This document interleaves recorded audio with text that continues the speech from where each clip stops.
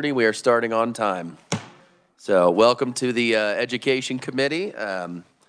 We are going to jump right in here, committee. We have Keys for Networking here today, and they're going to do a presentation for us. So please pay attention, be prepared to ask at least one question. With that, I will turn this over straight into Dr. Jane Adams, the Executive Director. Welcome to our committee. Thank you, too. I was here a week ago when we heard the report card from the foster care DCF, and so I asked if I could come back today and talk to you about a program that we operate that works for a long time. I'm the director of Keys for Networking. Keys is a nonprofit. We provide information, support, and education to families whose children are at high risk. They are often in mental health facilities. They are sometimes in the juvenile justice system, often in foster care, and so on. And so that's the population that we serve, their families.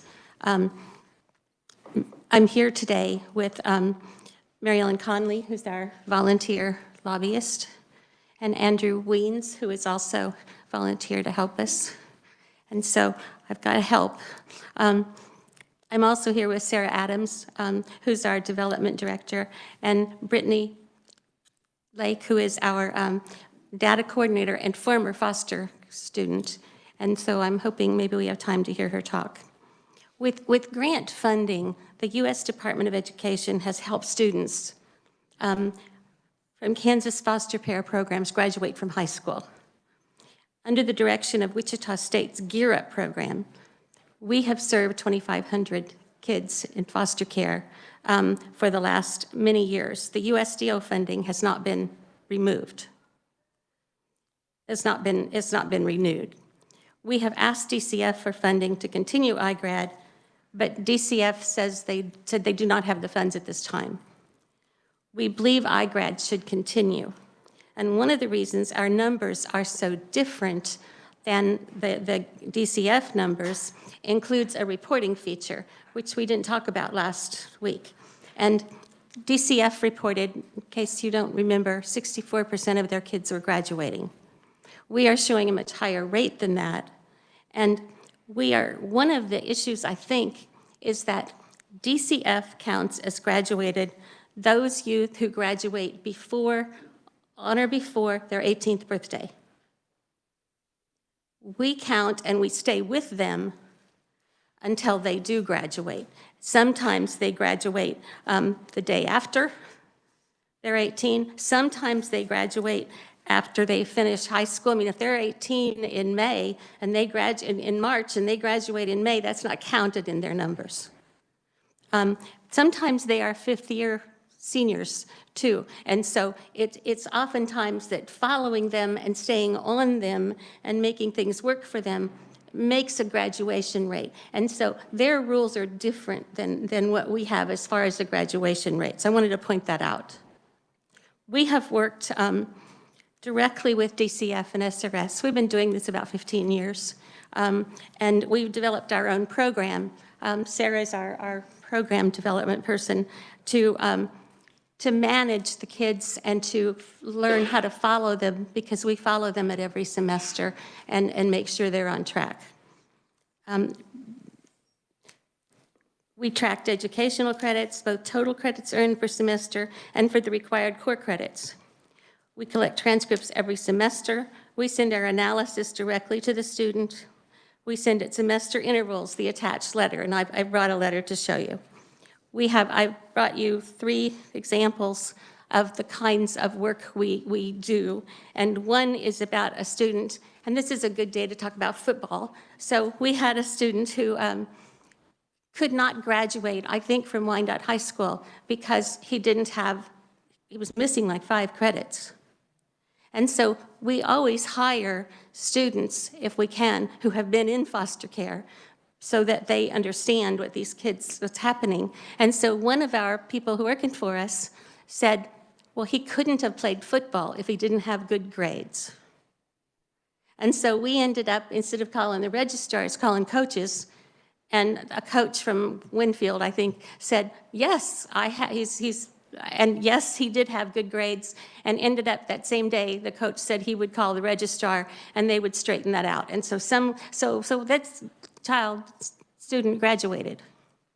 And so another student without a PE credit, it's all he needed to graduate. And we learned that he was working at a Sonic and lived in the country. His foster family lived in the country. So he walked to Sonic every day. And so the school agreed that we could get the attendance records from the Sonic manager, and the principal would give him credit. And so, again, that takes work with the principal, it takes work with the Sonic guy, and it takes work to keep encouraging the student not to give up. Finally, not finally, but another example is a student without a welding credit here from Topeka. And we had a student who wasn't going to graduate because he had failed welding. We called the instructor, and he said, he just left my class. I don't even know where he went. He just quit. And this child was moved by the foster care agency and somehow overlooked to let the school know why he was moving. And so the teacher said, I just need him to finish his work and we'll give him the credit. We got the birdhouse or whatever it was from the teacher, got the case manager from, I think, TFI to come to get it, and he finished it. We sent him the pictures, and they got the credit, and again, he graduated. So our work is kind of off the charts, but it's very individualized and responsive to just kind of flukes that happen. So I wanted to show you, first of all, I'm going to have Brittany Kitchcomey, who is here with me. She works for us, she works with us, and she was a student in foster care. I'm going to have her talk for a minute, if we have time, about how much this would have meant to her, and I'm talking as fast as I can. Okay, I wanted to show you the kinds of information we provide to the students. This letter, and there's two of them here, this letter is offered every semester, so it takes us about 6 weeks to 2 months to capture them all from the schools and then to study them. And so we've turned it into an at-a-glance kind of feature. And so, first of all, the foster students, as you know, only need 21 credits to graduate. No matter where they go to school in the state, they can graduate either with with that school's credit requirements, or they can graduate with the 21 credits required by the state. So we take 21 credits divided by 8 semesters, and we get 2.6 something that you should have every semester. And so if we look at this first one, this student only has 6.2 credits. His train has barely left the station on a march toward graduation. Next semester, he has 213, 2.5. None of these are as high as he needs to go. And then notice semester 5, he doesn't have any. This is where we start calling the foster care agencies. We call it schools. Did it get lost? Did it get missed? Was he moved? Was he in residential programming? And so we're hunters, credit hunters, I guess. And so this is a clue, and this letter goes to the student and all their caregivers, the schools, the providers, and so we can immediately, and so can the student. This is designed so that a student can see, hey, this matters to me. The second part of this is part B, or table 2, is do they have core credits? They have to have 4 English and so many science and et cetera. And so again, we have how many they've earned and how many they need. And this student, although they should be graduating in 2019, he still needed 11 credits, and they're core credits. So I wanted you to see that. The letter says, go to your school. Your school's the only people who can tell you whether or not these are right. You must make sure this is right with the school, and the school agrees with this.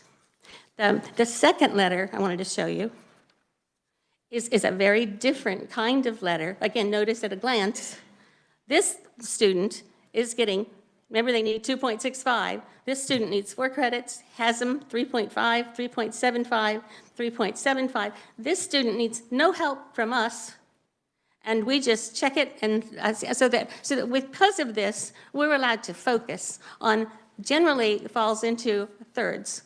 About a third of the kids are like this. They need nothing. They're scholars. About a third of the kids need a nudge.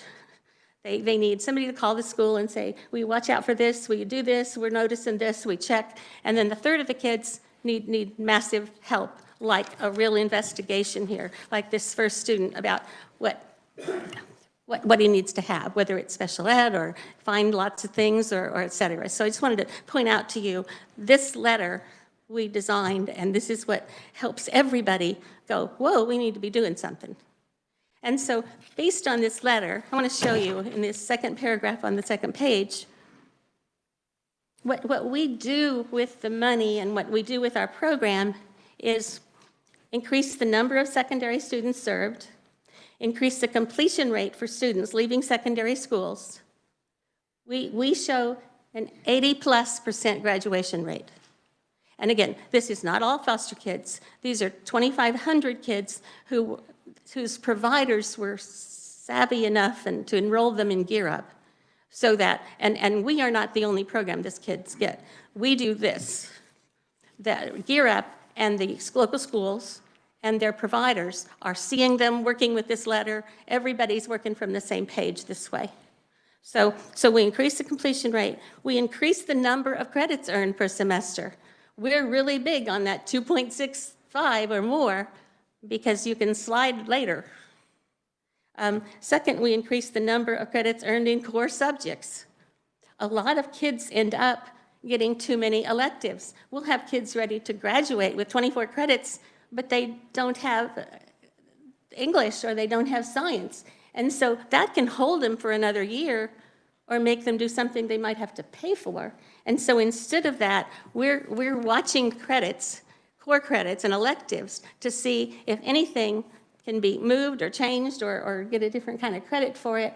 But we're wanting people, when kids enroll, like in August, are you taking too many electives? And oftentimes the counselors really help them, because if you move to Topeka in March and the other kids have been in that class, algebra, since January, you're going to have a hard time. And so nice people put them in art and band, but that doesn't count for a core credit. And so that's part of what we're doing is the helicopter parent maybe that needs to be at the school and go to the school and say, wait a minute, nobody's noticed this. So that's what we do with the money. The budget for the proposal I put down here is that we have a program manager, we have staff to call the kids, to work with the schools, et cetera, and to get all this information into the hands of the people who can use it and need it, and especially to get it into the hands of the kids. And I will share with you one last story, and I'm on it. We had a counselor call from Wichita, one of the schools in Wichita, and the counselor said, I'm calling because this girl's in my office. She has this letter from you, but it's all wadded up and it's been torn and it's been carried in her purse for a long time. And she says she has 4 more credits and she wants to graduate. And the counselor said, I know she doesn't. And I said, again, well, let me look. And so within about 4 minutes, fast as we could look it up and get it to her, she had the transcript the school was missing. And so putting this in the hands of the kids, I call them kids, I call everybody kids anymore, but because they then can act for themselves, and they understand the need to speak out in a calm sort of way that enticed the counselor to call and just check it out. And so thank you so much for hearing me. This program is very important to us, and I'm thrilled today to be here to talk to you. And we'd love to answer any questions, and I'd like to have you hear from Brittany if you have time. Absolutely. Brittany, welcome. This is Brittany Kitchikomi. Hi. So, Jane said everything, but I think how it would have helped me when I was in foster care, because when I was in freshman, I went to 4 or 5 different high schools, and so if you look at my transcript, I have nothing but Fs, but I'm a straight A student, and then you see the rest of it.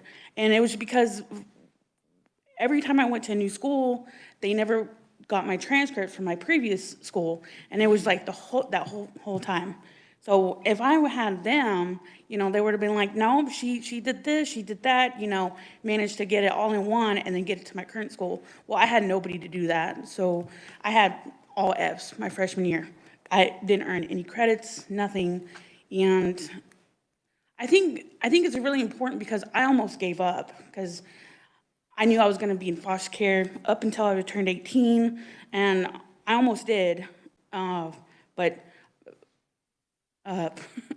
I ended up living on the res, so I ended up staying in one school the rest of the time. So I think that also helped. But there's kids out there that don't know, and I think that's why a lot of kids they just stop trying because they move so often, and schools they don't really vouch for them. I feel like what we do, we are an advocate for those kids.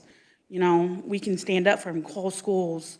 You know, 'cause, kids sometimes they're too shy to talk. They think that what teachers say is the absolute, so. We hired Brittany before she got out of high school, and she's still working for us, and it's been like 15 years. And she's now the coordinator of our data. And so I'm pretty excited about that too. Thank you so much. Thank you. Committee questions. Representative Riley. Thank you, Mr. Chair. Awesome presentation. How many kids do you have this year in your organization? How many are you working with? The program stopped. The federal government did not renew the grant to WSU, and we were a subcontractor. And so we worked with, while it was operating, which was like for 10 years, 2,500 students a year, and only about 2,000 of them are in high school. The others are in middle school. And when we started this program, we started thinking we were going to work with seniors and get them graduated. But it was such a mess. I mean, they start losing credits, like you saw this kid. They start losing credits as freshmen. And the normal school district is set up mostly for kids who live in the district and who are going to stay there for a long time. And so they've got 4 years to make it up. But a kid on the move does not have that opportunity. Did I answer you? Representative Featherston. Thank you, Mr. Chair. I just wanted to take a minute to commend Brittany on persevering and taking her talents to help other kids, because that really shows a lot of character, and just congratulations and thank you. Representative Hill. Thank you, Mr. Chair. Question I had is, how do you work with all kids that are in foster care at a certain age in the state, or a specific group? How do you identify who you're going to work with? We don't. Gear Up is a voluntary program. And so the foster care providers, TFI, KVC, Cornerstone, they recommend and encourage, takes some encouragement to get the kids to sign up for some more school kind of stuff, And so we don't pick the kids. But we do, the Gear Up program the grant was for 2,500 kids. Okay, thank you. A year. Further questions? Representative Murphy. Thank you, Chair, and thanks so much for your presentation and the great work that you're doing. I just think is it fair to say that these kids have all been let down by the professionals in their life? That's probably not fair to say. I think kids in foster care and kids in the juvenile justice system have had a hard knocks life. And I don't know if that means people let them down, or sometimes not intentionally. I don't know how to answer that. I think they need help. I think they need individualized, focused help. And not the help about, we're kind, ladies, we want to help you, but more than that, here's the way we can help you, and we're very focused on this. And you'd hear me, if you were with us, say, what do you mean this kid's got 4 electives signed up for this year? Get that changed. So it's, I don't know, I do find the schools to be more receptive of this program than anything I have ever worked with. And I'm a state advocate for kids who don't get enough credits, who don't have mental health needs met. And Sometimes the schools, when we call, say, oh, no, we're going to talk to them. But we have never had that. They are happy to give us transcripts. They're happy to hear how the kids have done. And this last year, we had an award for the most invested counselors, that around the state. And so I think a lot of people, I don't know about the past, but I know a lot of people involved with this. I never had anybody say, no, we won't help them. Well, yeah, I get that, but the question was, you talked about how they were like trying to do them a favor by just giving them some easy stuff instead of what they needed, and that's the sort of thing I was talking about. We were foster parents for a number of years. We kept kids, and we felt it was our responsibility on our end and in the schools and everything else. And it seems like this is something that is happening today that maybe 20 years ago was not so much of an issue. And so I just wanted to kind of make a point. You guys are doing a great job of trying to pick up the pieces. It's not an indictment on you, whatsoever. I just think we maybe need to look at, how this is all being allowed to progress to this point. That's all. Thank you. I will tell you something. On this list of people we send this to, we have never sent this to the foster parent. And so I'm embarrassed, and it just dawned on me. And so we can take care of that. Thank you.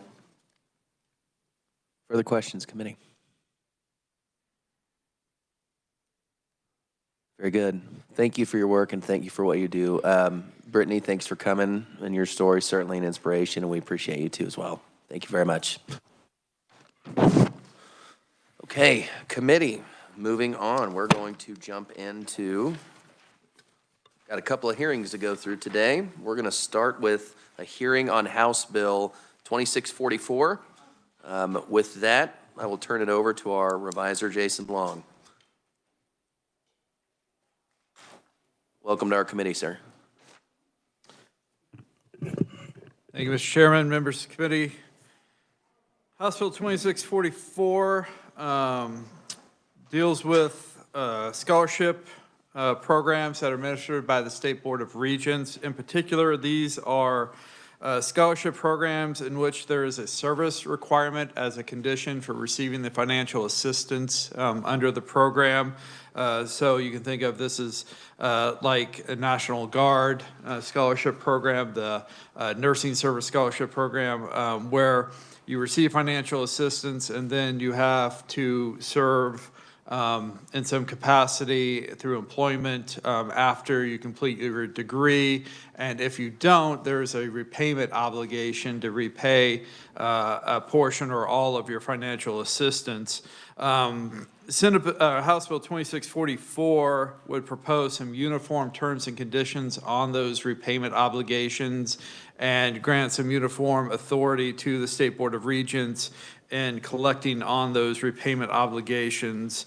And so just to jump right into those uniform terms and conditions, for one, the bill would establish a uniform interest rate of 5% per annum on those repayment obligations. It would also establish a uniform accrual date that when the obligation to repay commences, that is when the interest on that obligation would commence, and that is to be determined by the State Board of Regents. The bill then also provides the board with authority to recover reasonable costs for collecting on a repayment obligation, including attorney fees, court costs, and collection agency fees. And finally, the board would be authorized to set charges and fees for the costs of administering these service scholarship programs to help with their overhead costs in administering those programs. The rest of the bill, that is essentially pages 1 and 2 of the bill. The remainder of the bill are amendments to the various statutes that establish these service scholarship programs and the repayment obligations. And those amendments are all to strike what is whatever the current interest repayment rate provision is and accrual rate is, and replace it with a reference to the uniform rate and accrual date in section 1 of the bill. This would all go into effect on July 1st of this year. There is a list of the programs that we're addressing under the bill on the backside of the memo that you have on 2644. With that, I'd be happy to stand for any questions.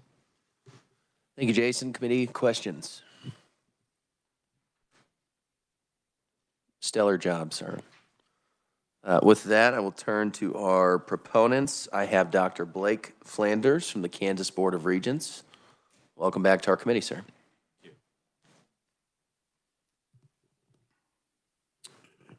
Thank you, Chair Thomas and members of the committee, and thank you for the opportunity to appear today to testify in favor of HB 2644. This essentially would create alignment in our scholarship programs and the service scholarship programs, and we're a big believer in service scholarships, but with each one of those service scholarships comes a level of bureaucracy that has to be done in terms of finding and collecting from those that don't fulfill their service obligation.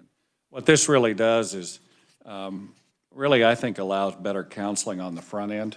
If we can have repayments at a flat 5%, people then are going to know what's my obligation if I don't fulfill this service agreement. You can see we've got an attachment that shows, some of those rates are upwards of 13%, so relatively high. And then the bill also standardized the dates at which the interest begins to accrue across the programs, so people know when that starts. And finally, this bill would amend the Adult Learner Grant Act, and this is just a small nuance, but it's important. The agreement for that act needs to be between the Board of Regents and the student, not between the individual institution, if you're going to go and be able to collect those resources if someone does not fulfill their service agreement. And I would stand for any questions. Very good. Committee, questions for the conferee?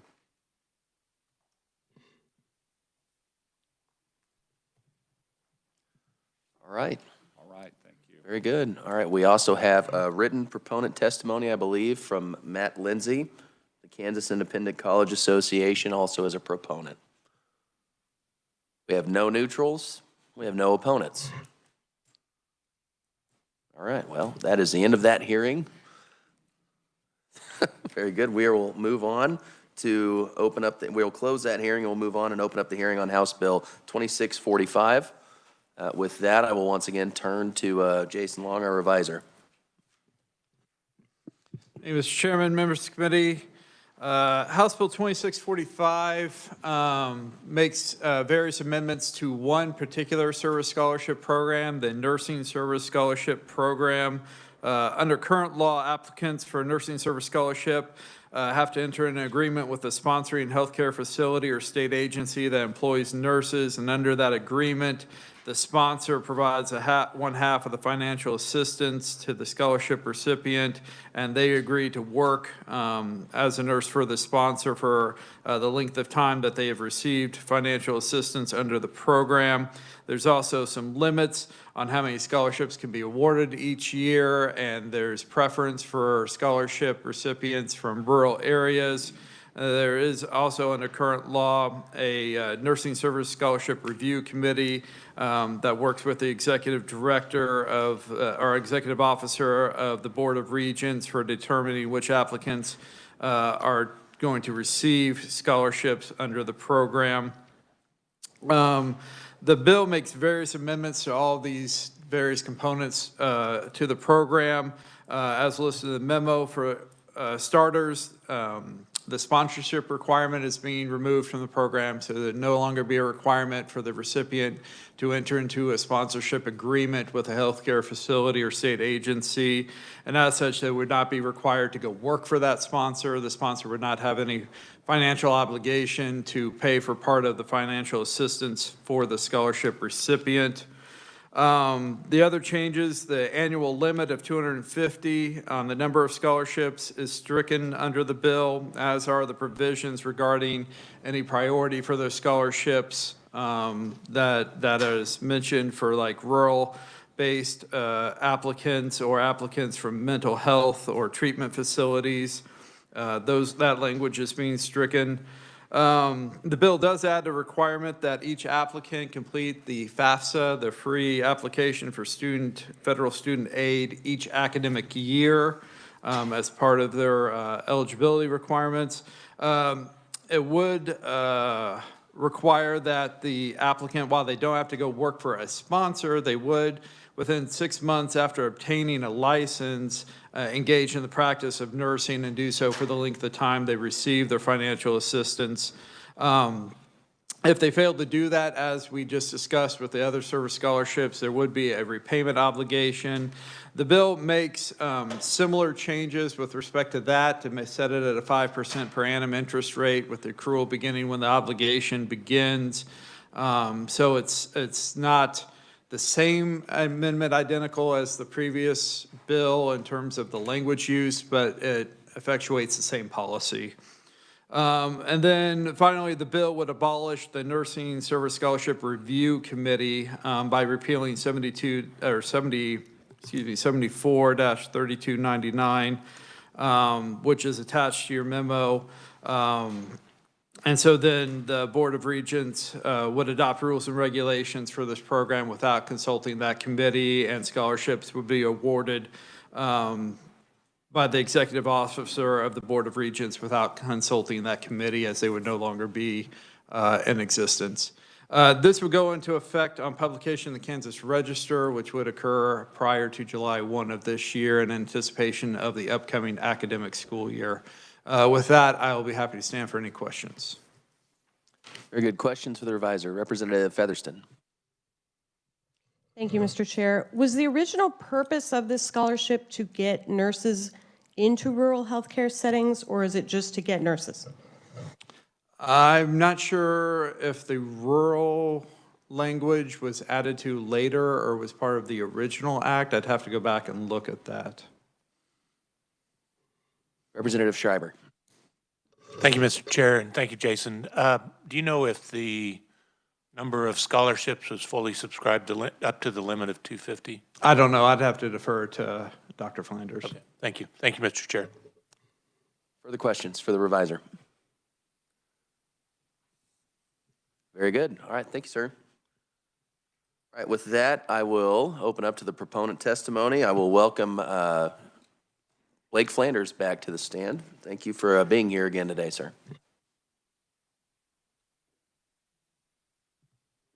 Thank you, Chair Thomas. We bring this bill forward because we do think it's in the best interest of Kansas and Kansans. The scholarship program is underutilized. A quick look back, we had about $417,000 in the account and spent $324,000. We've been carrying over a couple of $100,000, it seems like, in the year. And really, it's because the students have difficulty finding a sponsor. The rural piece was added later. So initially, the program was designed just to create more nurses. We've done several initiatives to do that. In 2006, the legislature passed a nursing initiative that increased the capacity of our programs by 250 nurses. That has worked really, really well. This is just another arrow in the quiver. As I look at the in-demand list for jobs, I can't remember a time when registered nurses were not in the top 3 or 4 of the in-demand list. And so certainly now, still in demand, what we're really trying to do is say, how can we make this program where it's more attractive? We hear from those applying that the sponsorship piece is burdensome. Now, I do want to acknowledge that the Kansas Hospital Association has some opposition to that, removing that sponsorship because of the rural piece here in the bill. We are happy to work with them and come back with a solution and an amendment. So thank you for the opportunity to offer proponent testimony. Very good. And then I have Matt Lindsay from the Kansas Independent College, I believe written only, and then I believe Tara Mays, Vice President, State Legislative Relations from the Kansas Hospital Association. Are you here on her behalf? Perfect. Come on. Jaron Caffrey, hello committee, thanks Mr. Chair and members of the committee. My name is Jaron Caffrey. I serve as the Director of Workforce and Healthcare Policy at the Kansas Hospital Association. So just to add on to what you heard from President Flanders, we are in support of the bill generally overall. We do recognize it's been very underutilized. We want more students to take advantage of this to ideally get more nurses working and staying working in Kansas once they graduate. So, overall, we are in support of it, and we do really appreciate the Board of Regents working with us. We have had concerns from some of our rural hospitals that have actively used this scholarship in the past because they don't always have, resources to incentivize students to come to rural. So this is, again, a tool in their toolbox to do so.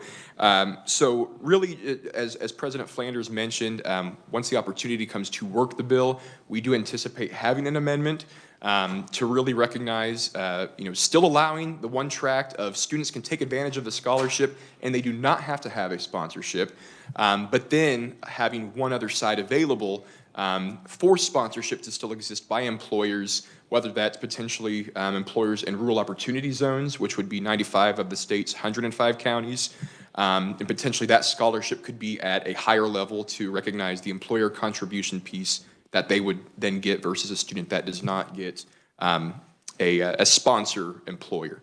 So we do anticipate offering that amendment at the appropriate time, and we'll continue to work with the Board of Regents on that specific language. But otherwise, by and large, we are in support of the bill, and if you have questions, I'm happy to answer those. Very good. All right. Committee, that's all the testimony I have. Questions for our conferees? Representative Featherston. Thank you, Mr. Chair. I can comment to the nursing shortage and it not always being a shortage. My husband was a nurse before going to medical school, and when he started school, they were needed, and when he left, they were not, thus beginning a little career in the Army, which was lovely. My question is, I do hear regularly enough that nursing students will be aligned or sponsored to a certain hospital, and then they graduate, and there's no spot for them. And so the hospital then just has to say, congratulations on your free education. We do not have a job for you. Is that the purpose of this bill, to close that loophole?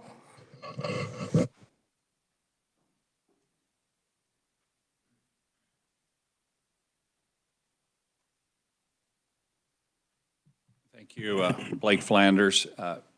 That's not our purpose. Our purpose is just to get a larger number of students to apply for the scholarship so that we can create more people with a nursing credential.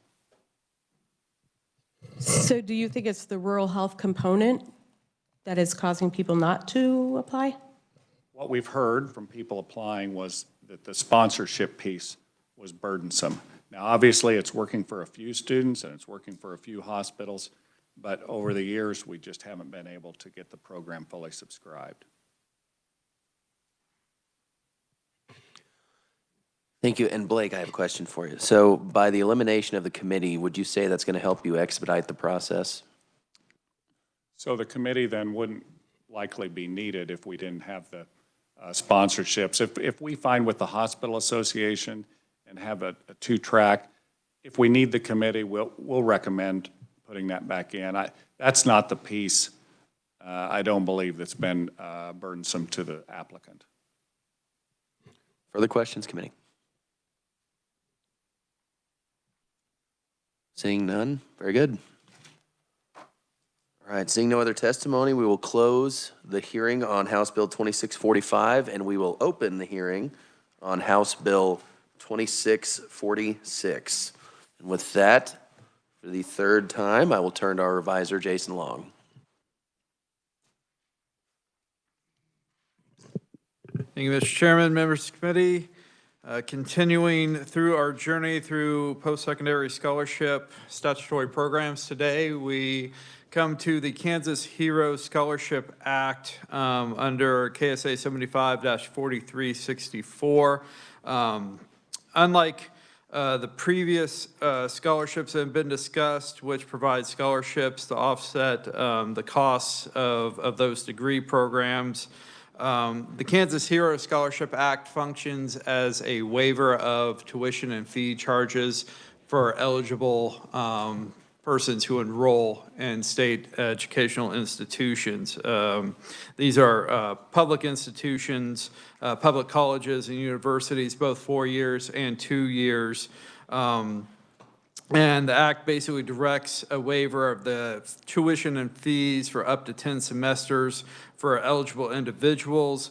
Those eligible individuals fall in a few different categories under current law.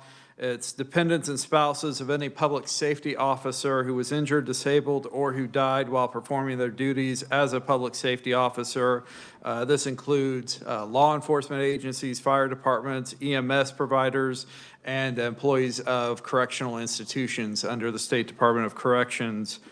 Another category is dependents and spouses of any military service member who was injured or disabled or who died after September 11, 2001 while serving in military service.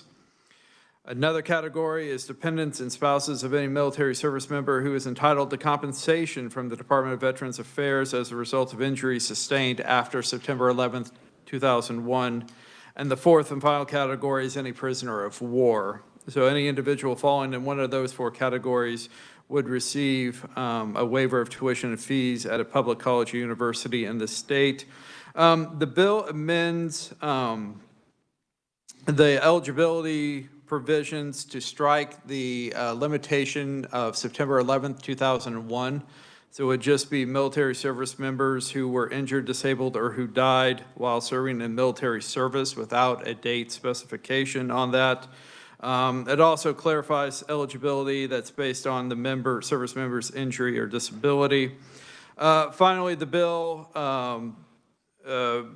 strikes the educational institution's reimbursement limit of $500,000 per year. Under current law, an institution can only submit a claim for reimbursement of up to $500,000 to the Kansas Board of Regents. That is being removed from the statute under this bill.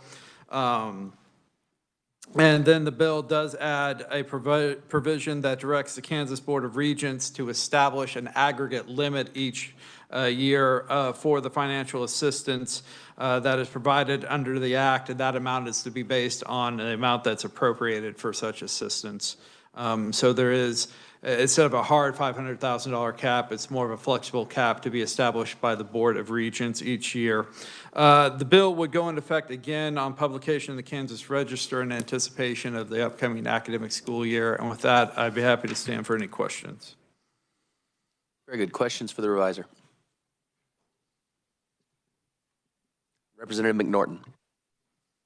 Thank you, Chair. Can you explain that $500,000 cap again, please, Jason? Sure. Under current state law, each educational institution, I'm on page 4 of the bill, lines 26 and 27. We're currently under each fiscal year, the reimbursement cannot exceed a total of $500,000 for that year.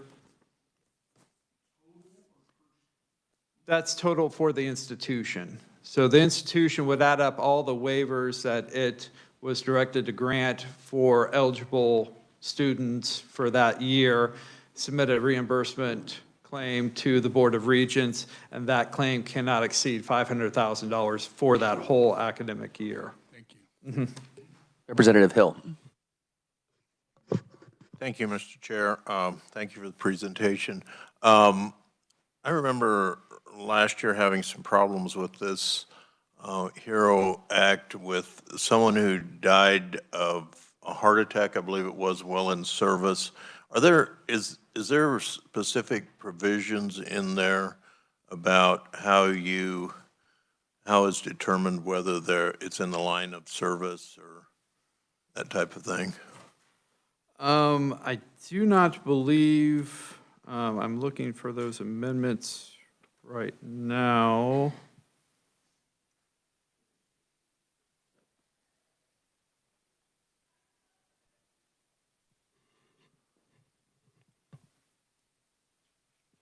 If I may, on page 2 of the bill, I don't know, what are you looking at, Jason? Go ahead, Mr. Chair. I was looking at page 2 of the bill, injury and disability means, all of that's in current law. I don't believe we changed any of that language in this bill.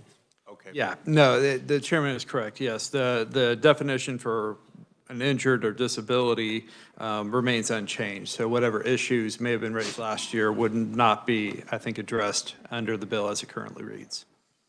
I will point you to page 4 of the bill. When you look at section lines, or we'll just go with lines 10 through 16.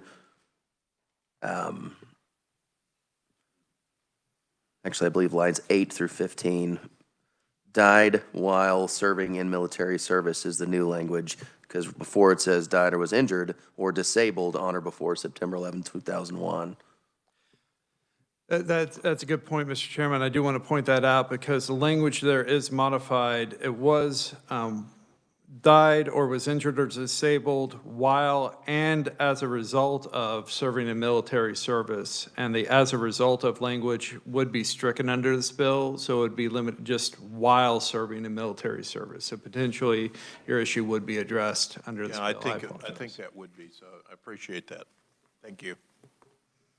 Further questions for the reviser? All right, seeing none, thank you very much, Jason. I will turn to someone who seems fairly new to our committee. I don't know that we've had him before, Dr. Blake Flanders, for proponent testimony. Welcome to our committee, sir.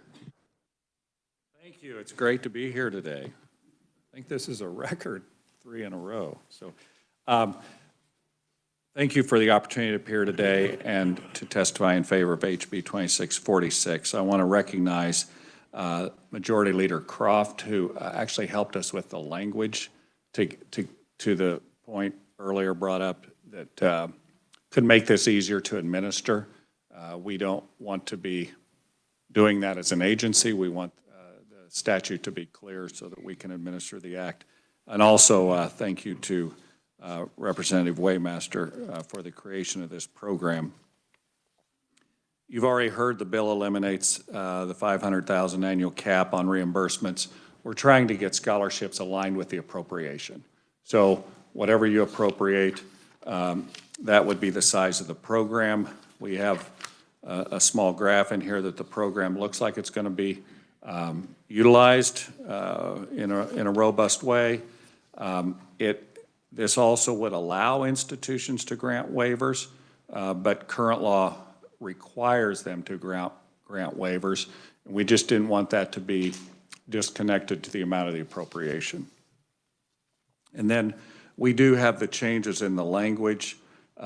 We have that current bill, the service member requires that the service member died or was injured or disabled after September 11, 2001. This bill eliminates that date. It opens the benefit to those whose covered service members' deaths or disability occurred earlier. And additionally, the Act provides the benefit to service members who died or were injured or disabled during and as a result of their military service. The bill would replace that with a requirement that the service member died or was disabled while serving. So again, we were assisted with some of that language to make it clear, and appreciate Majority Leader Croft in helping us with that. And I would stand for any questions. Questions Committee, Representative Estes. Thank you for being here today. And I appreciate being able to work with you on the issue that the other representative mentioned earlier.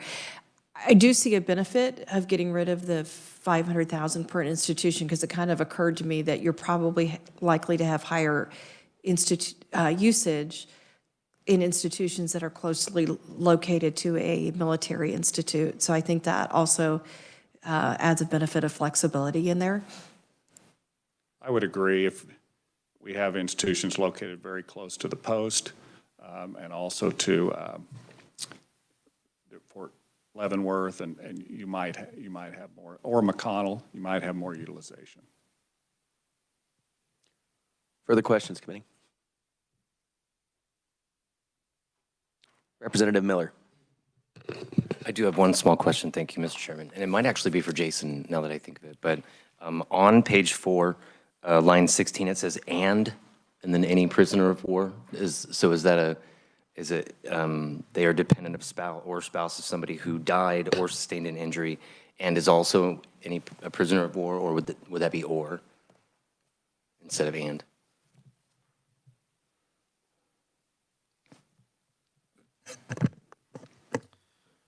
Mr. Chairman, members of the committee, any prisoner of war is a separate eligibility status for the recipient. So there's a line 2 on that page is the first category, then line 7 would be a second category, and line 17 would be a third separate category. Further questions, committee?